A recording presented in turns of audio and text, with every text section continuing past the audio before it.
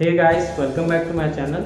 जैसे कि मैंने अपने पिछले वीडियो में या फिर हो सकता है उसके भी पिछले वीडियो में कहा होगा कि मुझे ये जो टास्क है इसको 100 तक पहुंचाना है, क्योंकि अभी मेरे में लगभग 86 वीडियो हुए होंगे, तो उसे मैं 100 तक पहुंचाऊंगा। इसलिए मैं जल्दी जल्दी वीडियोस डाल रहा हूं, क्योंकि ये साल का आखिरी महीना है, इसलिए मैं जल्दी से वीडियो डाल रहा हूँ हर दो दिन में।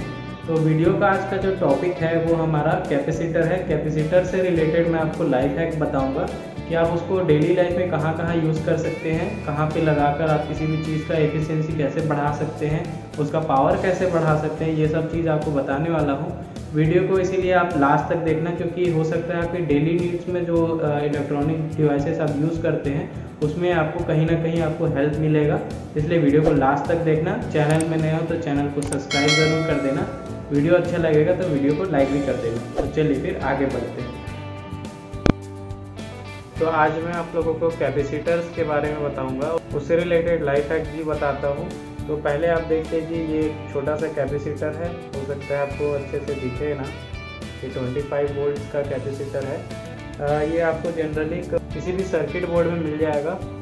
उसमें इसलिए यूज़ होता है क्योंकि ये एक अगर सिंपल लैंग्वेज में बताऊँ तो ये एक छोटा सा बैटरी का काम करता है। ये कुछ टाइम के लिए जो इलेक्ट्रिक पावर होता है उसको अपने अंदर स्टोर करके रखता है। उससे होता क्या है कि जो हमारा सर्किट है उस पर अगर इंस्टेंट लोड आता है तो उस लोड को ये कैपेसिटर हैंडल करता है।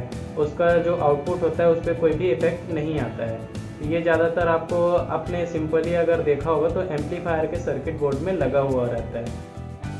अब आपके डेली नीड्स में जो यूज़ आते हैं इलेक्ट्रॉनिक डिवाइसेस, उसके बारे में बताता हूँ। तो पहला हो गया आपका जो साउंड सिस्टम है, जो स्पीकर वगैरह होते हैं, आपको साइड में मैं एग्जांपल दिखा देता हूँ। इसके सर्किट बोर्ड्स में लगा हुआ रहता है, क्योंकि ये ज़्यादातर एसी सोर्स से चलते हैं। हम इसको डायरेक्ट बिजली से चलाते हैं, तो ये हमारे रेक्टिफायर के साथ में लगा हुआ रहता है। जब भी वो लो फ्रिक्वेंसी प्रोड्यूस करता है आपका स्पीकर, तो बहुत ज़्यादा पावर की ज़रूरत होती है, तो उसको ये कैपेसिटर आपका हैंडल करता है।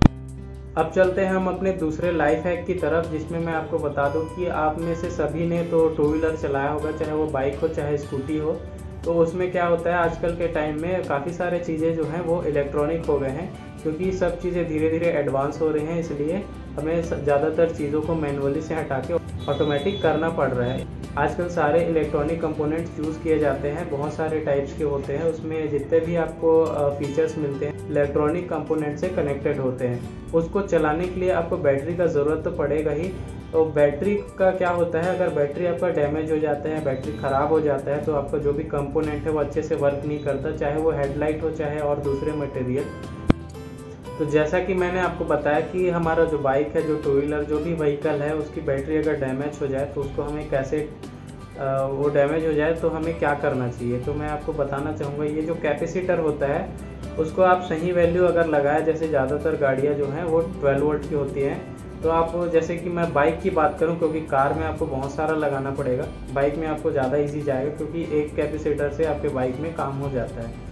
अगर आपके बाइक का बैटरी ख़राब है तो हो सकता है उसमें जितने भी इलेक्ट्रॉनिक कंपोनेंट वो अच्छे से काम ना करे, या ज़्यादा से ज़्यादा आपका जो हेडलाइट है वो कम लाइट ग्लो करेगा। जैसे आपको साइड में फ़ोटो दिख रहा होगा, कुछ इस टाइप से आपको प्रॉब्लम फेस करने मिलेगा।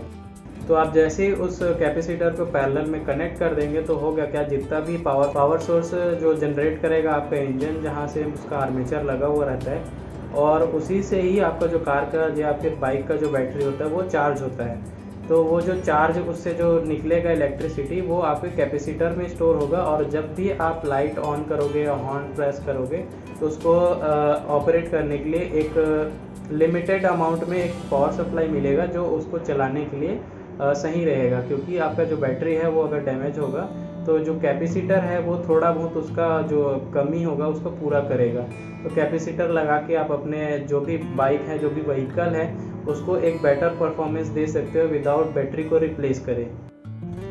अब चलते हैं हम अपने तीसरे लाइफ हैक की तरफ। जैसे कि आपने कोई एलईडी या फिर कोई एलईडी से रिलेटेड छोटा मोटा प्रोजेक्ट तो बनाया ही होगा। तो अगर आप उसको जैसे ही ऑन करते हो और ऑन करने के बाद ऑफ करते तो वो तुरंत बंद हो जाता है। उसको अगर आप एक डिले के टाइम डिले के साथ, जैसे आपने कोई पुराने चार्जर में देखा होगा जो एलईडी लाइट छोटी सी लगे हुए आते थे, उसको जैसे ही आप ऑन करते थे तो ऑन तो हो जाता था तुरंत, लेकिन जैसे ही बंद करते थे तो वो तुरंत बंद नहीं होता था, वो धीरे धीरे उसका जो लाइट है वो डिम होता था। वो होने का रीज़न ये रहता है क्योंकि उसके पैरेलल में एक कैपेसिटर जुड़ा रहता है जो कि उसको एक पावर सप्लाई देते रहता है, और टाइम के साथ जैसे ही उसका पावर कम हो जाता है तो आपका एलईडी है वो पावर कट ऑफ होने के बावजूद भी थोड़े देर के लिए जल के बंद हो जाता है। वो धीरे धीरे बंद होता है, तुरंत बंद नहीं होता है। तो ऐसे एलईडीज़ के प्रोजेक्ट में हो, चाहे आप कोई भी छोटे मोटे इलेक्ट्रॉनिक वाले प्रोजेक्ट में एक कैपेसिटर का यूज़ कर सकते हैं, जिससे आप उसका जो टाइम पीरियड है बंद होने का उसको डिले कर सकते हैं, मतलब तुरंत ना बंद होके वो धीरे धीरे बंद होगा। तो एक कैपेसिटर से आप एक अपने प्रोजेक्ट में ऐसे हेल्प ले सकते हैं। अब बातें तो बहुत हो गई, मैं आपको एक प्रैक्टिकल दिखाता हूँ कि अगर आपको किसी भी एम्पलीफायर का अगर पावर इंक्रीज़ करना है तो उसका परफेक्ट स्पॉट कौन सा होता है, आपको कैपेसिटर कहाँ पे लगाना चाहिए, ये चीज़ मैं आपको बताऊँगा। तो चलिए फिर वीडियो को आगे बढ़ाते हैं। और ये जो हमारा छोटा सा म्यूज़िक सिस्टम है इसके बारे में आप में से कुछ लोगों को पता होगा, अगर नहीं पता तो आई बटन में आपको इसका लिंक मिल जाएगा, वहाँ से जाकर देख सकते हैं। तो इसको चलते हैं टेबल पे और इसका जो स्पॉट है वो आपको मैं अच्छे से दिखाता हूँ। तो ये हमारा म्यूज़िक सिस्टम है, इसके बारे में आपको वो जो मैंने लिंक कहा था उस पर आप देख सकते हो। पीछे से एक इसके जो भी सर्किट बोर्ड्स वगैरह हैं, वायर्स वगैरह हैं, वो लगे हुए हैं। तो इसको मैं जल्दी से आपको ओपन करके दिखा देता हूँ ताकि आपको मैं वो स्पॉट दिखा सकूँ। इसका पावर इंक्रीज़ करने के लिए हमें कौन से स्पॉट पे इसका जो कैपेसिटर होता है उसका कनेक्शन कहाँ पे करना चाहिए। तो ये है हमारा सर्किट बोर्ड। तो इसको मैं थोड़े पास से दिखा देता हूँ, ऐसे में तो समझ नहीं आएगा। तो यहाँ पर मैं आपको एक स्पॉट बता देता हूँ। ये 4440 IC वाला डुअल चैनल मदरबोर्ड है। ये आप इसके बारे में आप गूगल करके भी समझ सकते हैं उससे, और इसके ऊपर आपको काफ़ी सारे वीडियो भी मिल जाएंगे यूट्यूब पे, तो आप वहाँ से भी देख सकते हैं। तो ये जो स्पॉट मैं बता रहा था, यहाँ पे जो चौथा पॉइंट होता है वो इसका इनपुट होता है, क्योंकि ये 4440 IC वाला मदरबोर्ड है इसलिए इसका चौथा पॉइंट है स्टार्टिंग से 12 वोल्ट इनपुट का, और ये जो पहला है वो ग्राउंड है। तो ये जो येलो वायर है और ये जो ब्लू वायर है वो गए हैं हमारे कैपेसिटर में। आपको दिखा दूँ, यहाँ पर देख सकते हैं ये जो ब्लैक कलर का है ये हमारा कैपेसिटर है। यहाँ देख सकते हैं ये मैंने इसको टेप से लगा दिया इसलिए आपको अच्छे से दिखेगा नहीं। ये दो मैंने इसलिए लगाया क्योंकि ये डबल IC है। तो एक यहाँ पे है येलो वायर देख रहे हो, ये एक कैपेसिटर का है, और ये जो रेड वायर गया है ये दूसरे कैपेसिटर का है, और ये ब्लू वायर ग्राउंड है। ग्राउंड आपका कॉमन रहेगा, और जो प्लस होगा प्लस टर्मिनल कैपेसिटर का वो सिंगल कैपेसिटर का एक IC में जाएगा। तो बेसिकली मेरा वीडियो बनाने का मतलब ये है इस टॉपिक पे कि मैं आपको एक स्पॉट बता पाऊँ जिससे आप एग्जैक्ट इसका लोकेशन ट्रेस करके जो कैपेसिटर है उसको प्लेस कर सकें।